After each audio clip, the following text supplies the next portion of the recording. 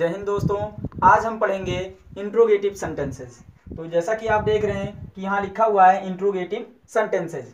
तो नियम एक है इसमें कि जिन प्रश्नवाचक वाक्यों में आरंभ में क्या हो उनकी अंग्रेजी बनाने में पहले डज या डू, फिर कर्ता और फिर वर्ब की फर्स्ट फॉर्म आती है ना। तो जैसा देख रहे हैं आप लोग, यहाँ स्ट्रक्चर दिया हुआ है डज या डू। डज या डू का मतलब है कि अगर कर्ता एक वचन की होगी तो हम डज लाएंगे और अगर कर्ता बहुवचन की होगी तो हम वहां डू का प्रयोग करेंगे। उसके बाद में फिर सब्जेक्ट का प्रयोग करेंगे, मतलब कर्ता की। उसके बाद में फिर वर्ब का फर्स्ट फॉर्म लाएंगे और ऑब्जेक्ट लाएंगे। तो यहाँ कुछ एग्जाम्पल दिए हुए हैं। एग्जाम्पल एक है कि क्या वह अपना पाठ याद करता है ना। तो हमने बताया था कि अगर पहले हमें यही रहता है हमारा काम कि सबसे पहले हमारा यही काम होता है, कोई वाक्य अगर हिंदी का कोई वाक्य मिला है उसे हमें अंग्रेजी में बदलना है तो सबसे पहले हम यही देखते हैं कि टेंस कौन सा हमारा है। तो हम यहाँ देखेंगे कि ता है आया है, वाक्य के अंत में सबसे पहले देखेंगे कि क्या आया है, ता है आया है। तो ये क्या हो जाएगा, प्रेजेंट इंडेफिनिट टेंस हो जाएगा। अब इसके बाद हम देखेंगे सेंटेंस कौन सा है। तो हम देख रहे हैं कि वाक्य के अंत में यहाँ क्वेश्चन मार्क आया हुआ है। तो क्वेश्चन मार्क सिर्फ और सिर्फ इंट्रोगेटिव सेंटेंसेज में ही होता है, बाकी और किसी सेंटेंस में क्वेश्चन मार्क नहीं लगता है। तो यहाँ हम देख लिए क्वेश्चन मार्क है तो इसके मतलब ये हो गया इंट्रोगेटिव सेंटेंस हो गया। अब इसके बाद में इंट्रोगेटिव सेंटेंस हो गया तो अब हम ढूंढेंगे कि इंट्रोगेटिव सेंटेंस तब होता है जब कोई प्रश्नवाचक शब्द वाक्य में हो। तो हम देखते हैं कि प्रश्नवाचक शब्द कहाँ है। क्या वह अपना पाठ याद करता है। तो हमने देखा कि क्या क्या जो है ये सब प्रश्नवाचक शब्द हैं। हमने पहले ही बताया था कि क्या, क्यों, कब, किसको, कहां, कितना, कितनी, ये सब क्या है, प्रश्नवाचक शब्द हैं। तो ये देखेंगे हम वाक्य पहले कि क्या शब्द आया है तो ये क्या हो गया, प्रश्नवाचक शब्द हो गया। अब प्रश्नवाचक शब्द वाक्य पहले है तो उसकी अंग्रेजी हम क्या करेंगे, कर्ता के अनुसार सहायक क्रिया से लगाएंगे, है ना। कर्ता के अनुसार सहायक क्रिया का मतलब होता है कि कर्ता हम देखेंगे एक वचन है, वह की इंग्लिश क्या होती है, ही, और ही एक वचन कर्ता माना जाता है, इसलिए हम सहायक क्रिया क्या लाएंगे, डज लाएंगे। तो सहायक क्रिया हम क्या लगाएंगे यहाँ पर, पहले डज से हम इसकी इंग्लिश शुरू करेंगे। डज हो गया, उसके बाद में फिर कर्ता की इंग्लिश, डज या डू में से हमने डज लगा लिया। इसके बाद कर्ता मतलब वह की इंग्लिश बनाएंगे, किससे, ही से, ही हो गया। उसके बाद वर्ब का फर्स्ट फॉर्म, तो याद करना, याद करना की इंग्लिश क्या होती है, लर्न। तो वर्ब का फर्स्ट फॉर्म लाएंगे, लर्न ही लाएंगे, LEARN, लर्न हो गया। डज ही लर्न अब अपना पाठ, है ना, तो क्या हो जाएगा, हिज लेसन हो जाएगा। तो अपना पाठ की इंग्लिश हम हिज लेसन से बना लेंगे। क्वेश्चन मार्क इंट्रोगेटिव सेंटेंस में हमेशा वाक्य के अंत में क्वेश्चन मार्क लगा देते हैं। अब एक देखिए, एक और है, सेकंड एग्जांपल है कि क्या वे अपने स्कूल जाते हैं, है ना। तो हमने बताया कि ये वाक्य हमें मिल गया। अब इसकी हमें इंग्लिश, अगर इंग्लिश में ट्रांसलेट करना है तो सबसे पहले हम ये देखते हैं कि कर्ता मतलब ये कौन सा टेंस है। तो ते है आया है तो ये प्रेजेंट इंडेफिनिट टेंस हो गया, इसकी पहचान हो गई। क्वेश्चन मार्क लगा हुआ है, इंट्रोगेटिव सेंटेंस हो गया। क्वेश्चन वर्ड ढूंढने चले तो कहां मिला, प्रश्नवाचक शब्द वाक्य पहले मिला, तो इसकी अंग्रेजी हम कर्ता के अनुसार सहायक क्रिया से लगाएंगे। तो कर्ता हम देखेंगे क्या है, वे, तो वे की इंग्लिश होती है दे, और दे जो होता है ये एक बहुवचन कर्ता होता है ना। तो इसलिए हम यहाँ क्या, किसका प्रयोग करेंगे, डू का प्रयोग करेंगे, डज का नहीं, है ना। जब बहुवचन कर्ता हो जाएगा तो हम डू का प्रयोग करेंगे और एक वचन कर्ता हो जाएगा तो हम यहाँ डज का प्रयोग करेंगे। तो बहुवचन कर्ता है इसलिए हम क्या लगाए, डू लगा दिए। उसके बाद में फिर कर्ता की इंग्लिश, सब्जेक्ट की इंग्लिश देखिए, तो दे की इंग्लिश बनाएंगे, दे हो गया, डू दे। उसके बाद में फिर जाना, जाना जाने का काम कर रहा है ना, क्रिया, वर्ब का फर्स्ट फॉर्म जाने की लगाएंगे, क्या लगाएंगे, गो, गो टू। उसके बाद अपने स्कूल है ना, तो यहाँ दे आया है तो इसलिए हम यहाँ पर क्या करेंगे, दियर स्कूल, तो यहाँ क्वेश्चन मार्क, है ना। तो क्या वे अपने स्कूल जाते हैं, इसकी इंग्लिश हो जाएगी do they go to their school, यहाँ क्वेश्चन मार्क जरूर लगाएंगे।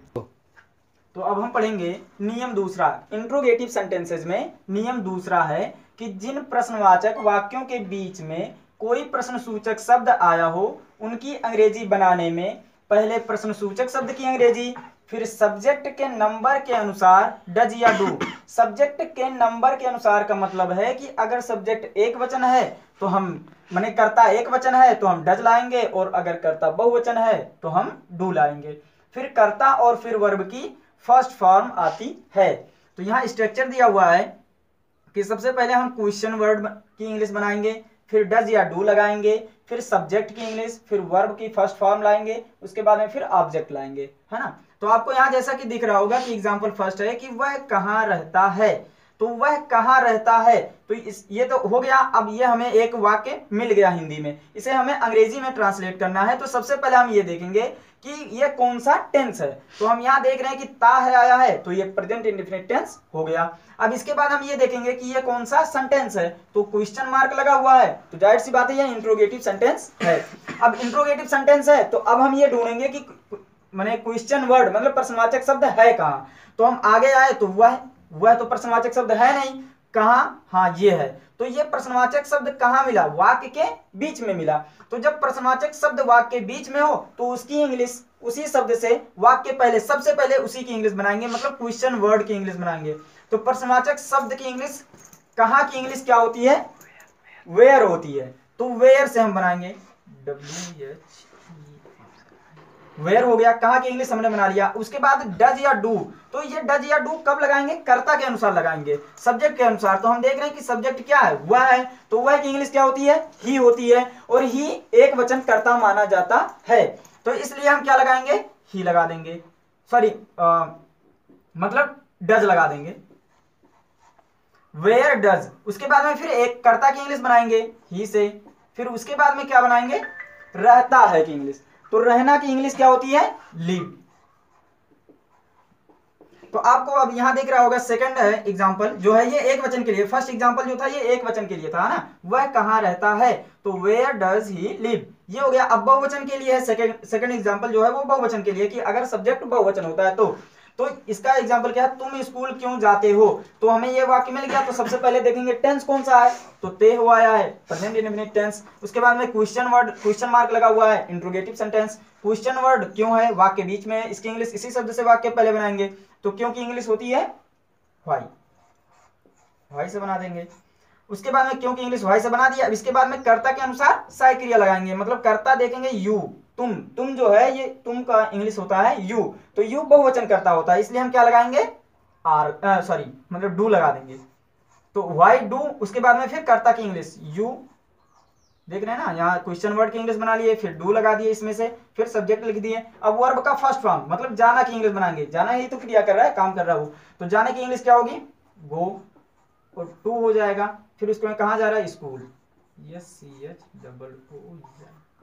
है ना। तो तुम स्कूल क्यों जाते हो, तो इसकी इंग्लिश हो जाएगी why do you go to school.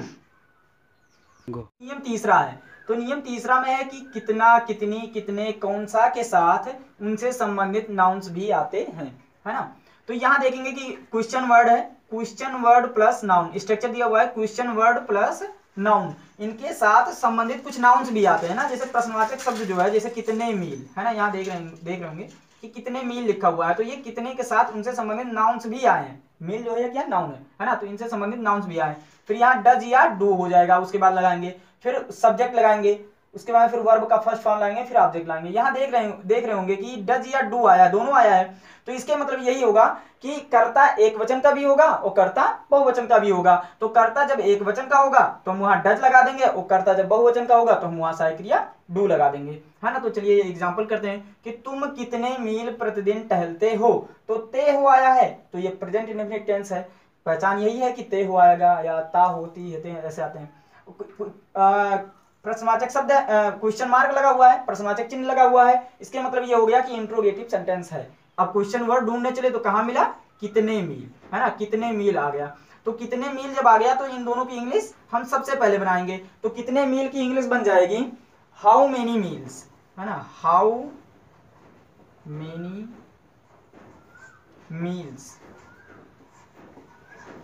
How many meals हो जाएगा, है ना, इसकी इंग्लिश बना लेंगे हाउ मेनी मील्स। उसके बाद में फिर अब हम लगाएंगे कर्ता, कर्ता के अनुसार हम सहायक क्रिया लगाएंगे। तो कर्ता हम देख रहे हैं कि तुम की इंग्लिश क्या हो गई यू, और यू जो होता है ये बहुवचन कर्ता होता है, इसलिए हम क्या लगा देंगे यहाँ पर डू लगाएंगे, डज नहीं लगाएंगे, है ना, हाउ मेनी मील्स डू। उसके बाद में फिर सब्जेक्ट की इंग्लिश, कर्ता की इंग्लिश बना देंगे, यू हो गया। उसके बाद में फिर वर्ब का फर्स्ट फॉर्म लाएंगे, तो वर्ब का फर्स्ट फॉर्म में हम यहाँ क्या लाएंगे, टहलते हो, तो टहलते हो की इंग्लिश क्या हो जाएगी वाल्क, वाक होता है ना, यल साइलेंट होता है यहाँ पर। How many miles do you walk, अब प्रतिदिन बचा है तो इसकी इंग्लिश बना देंगे डेली, प्रतिदिन की इंग्लिश बना दिए डेली। तो यहाँ देख रहे हैं कि तुम कितने मील प्रतिदिन टहलते हो, इसकी इंग्लिश बन गई कि how many miles do you walk daily.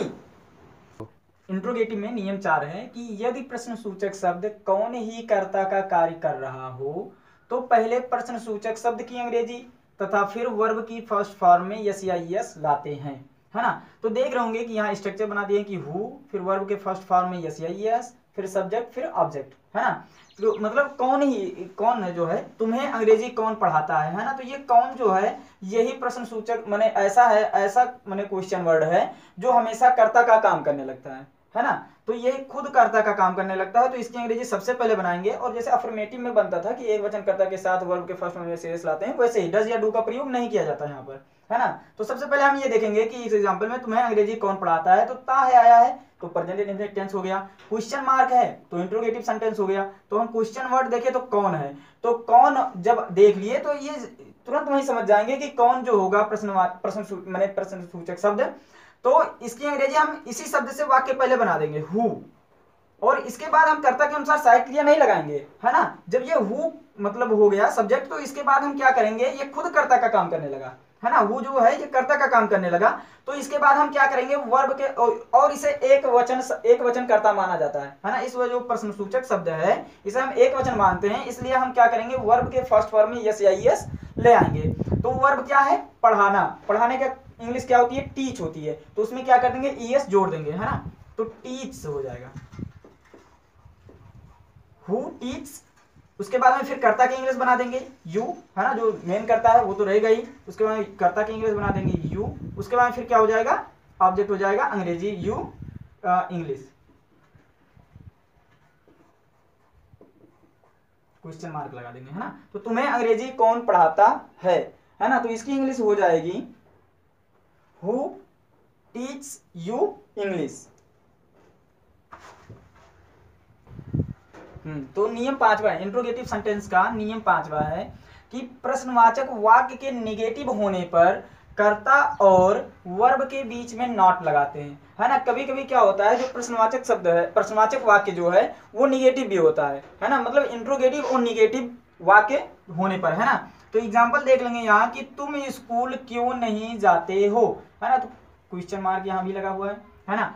तो तुम स्कूल क्यों नहीं जाते हो, तो सबसे पहले हम ये वाक्य मिल गया, हमें इसको अंग्रेजी में ट्रांसलेट करना है ना। तो हम देखेंगे कि क्या है, ते हो आया है, ते हो आया है, तो ये प्रेजेंट इंडेफिनिट टेंस हो गया। उसके बाद में हम देखेंगे क्वेश्चन मार्क आया हुआ है, इंट्रोगेटिव सेंटेंस हो गया। फिर हम इसको पूरा पढ़ेंगे अच्छे से। तो तुम स्कूल क्यों, हाँ भाई ये तो क्वेश्चन वर्ड आया है, तो जाहिर सी बात है ये हो गया इंट्रोगेटिव सेंटेंस।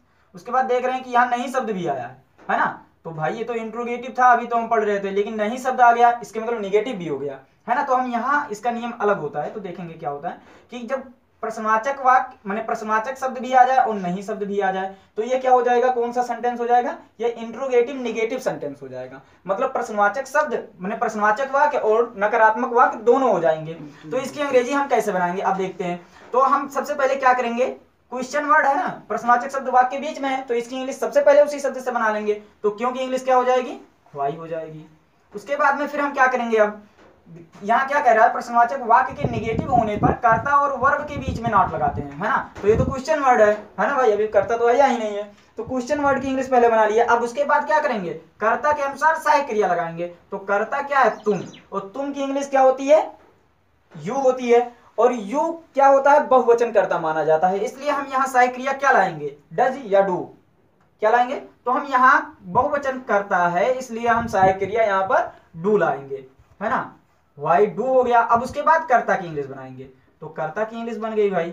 अब यहाँ हम देखेंगे कि कह रहा है कि निगेटिव होने पर कर्ता और वर्ब के बीच में नॉट लगाते हैं। तो कर्ता तो हमने लिख लिया, अब कर्ता और इसके बाद में वर्ब की ही पारी आती है। तो इसके बाद हम क्या करेंगे, नॉट की इंग्लिश बना देंगे, है ना। Why do you not. उसके बाद में वर्ब, वर्ब क्या होता है, काम क्या कर रहा है, जाने का काम कर रहा है। तो क्या हो जाएगा, इसका हो जाएगा गो, है ना। गो टू कहाँ जा रहा है भाई, स्कूल जा रहा है, go to school, yes yes, है ना। तो इसकी तुम स्कूल क्यों नहीं जाते हो, तो इसकी इंग्लिश हो जाएगी why do you not go to school, why do you not go to school. भैया आपके क्या कही जा रहा है,